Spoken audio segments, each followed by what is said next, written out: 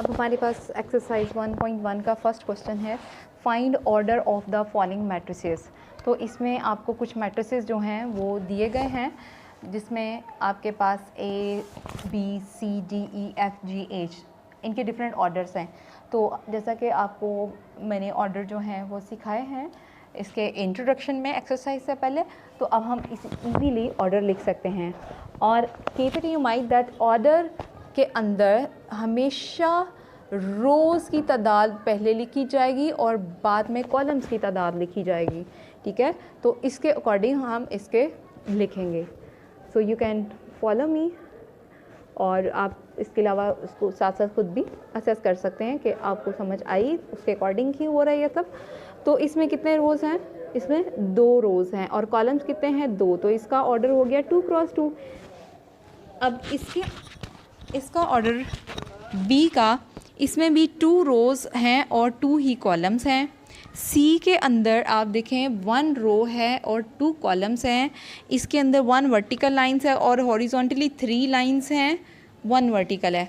और horizontally 3 lines हैं, vertically 2 lines हैं, 2 कॉलम्स हैं। इसमें 1 ही रो है और 1 ही कॉलम है। अब नेक्स्ट हमारे पास जी है, तो जी के अंदर हमारे पास 3 वर्टिकल हॉरिजॉन्टल लाइंस भी हैं और 3 ही वर्टिकल लाइंस हैं, तो 3 क्रॉस 3 हो जाएगा। इसके अंदर हॉरिजॉन्टली आपके पास 2 लाइनें हैं, मतलब 2 रोज़ हैं और कॉलम्स इसके 3 हैं। तो ये आपका फर्स्ट क्वेश्चन कंप्लीट हुआ जी। तो स्टूडेंट्स, ये है क्वेश्चन नंबर 2 एक्सरसाइज 1.1 का। अब तो इसमें आपको कुछ मैट्रिसेस दिए गए हैं। क्वेश्चन है which of the following matrices are equal. तो इसमें हमने बताना है कि इक्वल मैट्रिसेस क्या होते हैं। तो according to definition, equal matrices तब हो सकते हैं जब उनके ऑर्डर सेम हो, और या फिर उसके बाद ऑर्डर सेम होने के बाद उसकी जो एंट्रीज़ हैं वो भी सेम हो।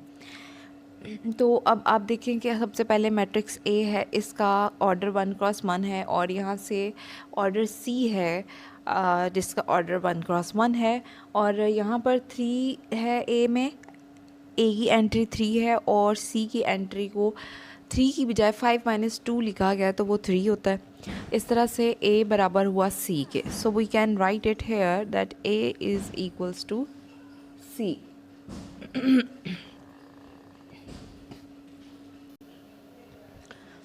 नेक्स्ट हमारे पास बी है, तो बी का जो ऑर्डर है वो है 1 क्रॉस 2। डी का ऑर्डर भी है 1 क्रॉस 2। आई का ऑर्डर भी है 1 क्रॉस 2, लेकिन एंट्रीज जो हैं वो देखें 3 5 5 3। इट मीन्स कि बी और डी तो इक्वल नहीं हो सकते, लेकिन बी की तरह आई के अंदर एंट्रीज जो हैं वो सेम है, 3 5 एंड 3 5। तो हम लिख सकते हैं that B is equals to I। And next this is A हो गया, B हो गया, C हो गया, D नहीं मिल रहा हमें किसी के इक्वल। E की तरफ देखें तो E में ये 2 क्रॉस 2 का है, इसी तरह से H भी 2 क्रॉस 2 का है और J भी 2 क्रॉस 2 का है। तो इस तीनों की एंट्री सेम है, 4 0 6 2 4 0 6 2, और इसमें आपके पास 4 की बजाय 2 + 2 लिखा है, तो ये भी 4 0 6 2। तो इसका मतलब है we can write it here that E is equals to H is equals to J। E भी कवर हो गया, अब E ने H और J को कवर कर लिया। अब आया आपके पास F की एंट्री है 2 6, ऑर्डर है 2 क्रॉस 1। इसके साथ ही G है, तो G की एंट्रीज भी 3 - 1 is 2 एंड 3 + 3 is 6। तो इसके भी एंट्रीज सेम और order same. So we can write it here that F is equals to G।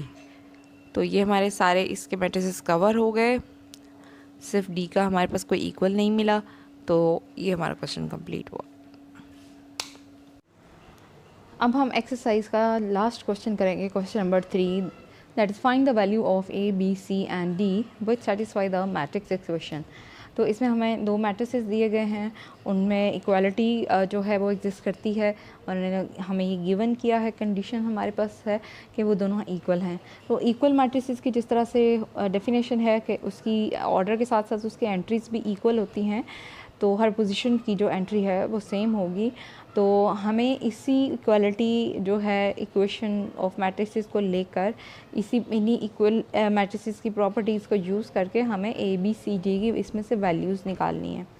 ठीक है, तो सबसे पहले हम लोग इनकी पोजीशंस के अकॉर्डिंग हम लोग इक्वेशंस बना लेंगे, इनको इक्वेट कर लेंगे। जैसे कि a प्लस सी को हम 0 के इक्वल रखेंगे, तो सबसे पहले हम लिखेंगे a plus C is equals to 0। तो ये आपके पास फर्स्ट इक्वेशन आ गई। दूसरी हम c माइनस 1 रखेंगे तो वो 3 के इक्वल आ जाएगा, तो c minus 1 is equals to 3 आ जाएगा। ये हमारे पास सेकेंड इक्वेशन बन जाती है। और इसको हम -7 के इक्वल रखेंगे, a plus 2b is equals to -7, इसको हम इक्वेशन नंबर 3 का नाम देंगे। और next last one is 4d minus 6 is equals to 2d, इसको हम इक्वेशन नंबर 4 का नाम देंगे। ठीक हो गया। Now move to the next procedure of this question. अब हम इसको सॉल्व करना शुरू करेंगे। तो अब हम इक्वेशन इसकी देखें, इक्वेशन नंबर 2 यूज़ करेंगे। इक्वेशन नंबर 2 में एक वेरिएबल है और बाकी दो कॉन्स्टेंट्स दिए गए हैं, तो हम इसको पहले यूज़ करेंगे तो ये सिंपली हम सॉल्व कर पाएंगे। सबसे पहले by using second equation, this is c minus 1 is equals to 3, c is equals to 3 plus 1 हो जाएगा, तो c इज़ इक्वल्स टू 4 हो जाएगा। नेक्स्ट हम अगर इस c की वैल्यू को यूज़ करते हैं फर्स्ट इक्वेशन में, जो कि है a plus C is equals to 0, तो a प्लस 4 आ जाएगा इज़ इक्वल टू यहाँ 0 आ जाएगा, तो 4 उधर जाके 0 माइनस 4 हो जाएगा। तो हमारे पास इस तरह से a का आंसर आ जाता है -4। अब हमने ये भी यूज़ कर लिया, ये भी यूज़ कर ली। अब हम यूज़ करेंगे पहले d को, चाहे फोर्थ को यूज़ कर लें चाहे इसको कर लें, क्योंकि देखें इसमें a और ये 2b और ये हमारे पास -7 में से, इनमें से हमारे पास a की वैल्यू आ गई है, तो हम चलें यूज़ कर लेते हैं इक्वेशन नंबर 3 को। तो बाय यूजिंग इक्वेशन 3,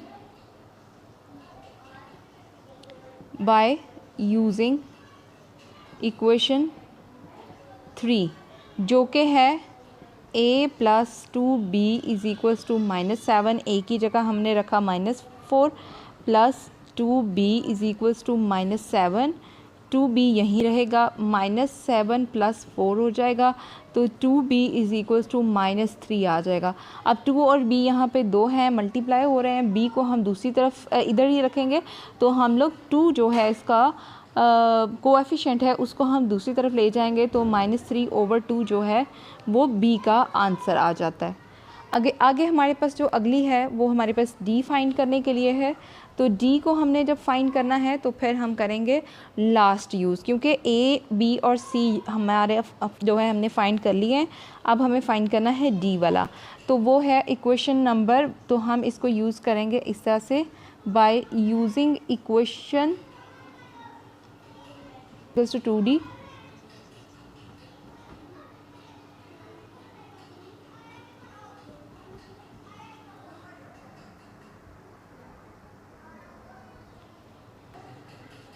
,4d इधर रहेगा और -2d इधर आ जाएगा, 6 उधर चला जाएगा और वो प्लस का हो जाएगा। 4d minus 2d is equals to 2d is equals to 6, और ये d के साथ से 2 उधर जाके डिवाइड होगा, तो ये अब हमारे पास वैल्यू जो है वो d की आएगी इज़ इक्वल्स टू 3। आप देख सकते हैं a b c और d सभी की वैल्यूज़ जो हैं वो हमने फाइंड कर ली हैं। अब हमारी एक्सरसाइज फर्स्ट वाली कंप्लीट हो गई है।